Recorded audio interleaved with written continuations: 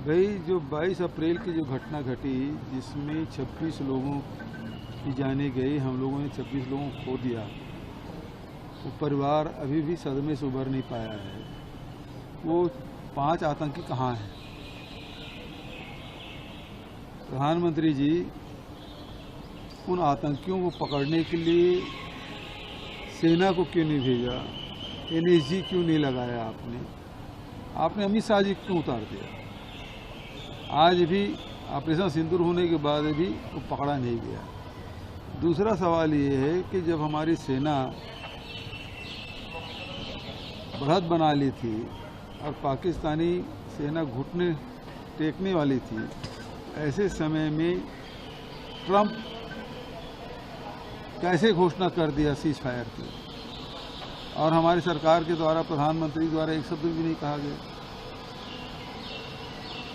तो सवाल तो पूछे जाएंगे ना।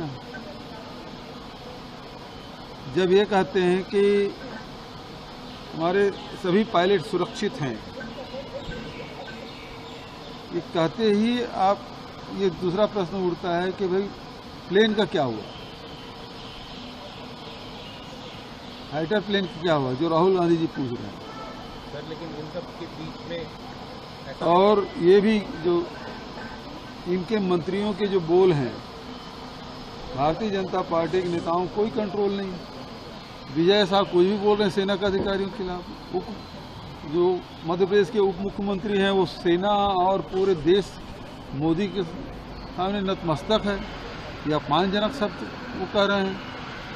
और पीयूष गोयल कुछ और बोल रहे हैं कि देश के लोगों में राष्ट्रवाद की कमी है।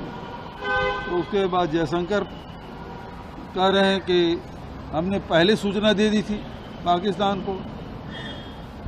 कैसे आप सूचना दे सकते हैं? बाद में आप सुधार भी रहे हैं, बाद में भी कैसे सूचना दे सकते हो? आपको तो नियुक्त नहीं किया है सेना ने या सरकार ने बयान देने के लिए। ये जो उल्टा सीधा, चाहे केंद्रीय मंत्री हो, चाहे वो प्रदेश के मंत्री हो, मध्य प्रदेश के मंत्री हो, वो जो बयान दे रहे हैं वो भारतीय जनता पार्टी के लिए बहुत भारी पड़ रहा है।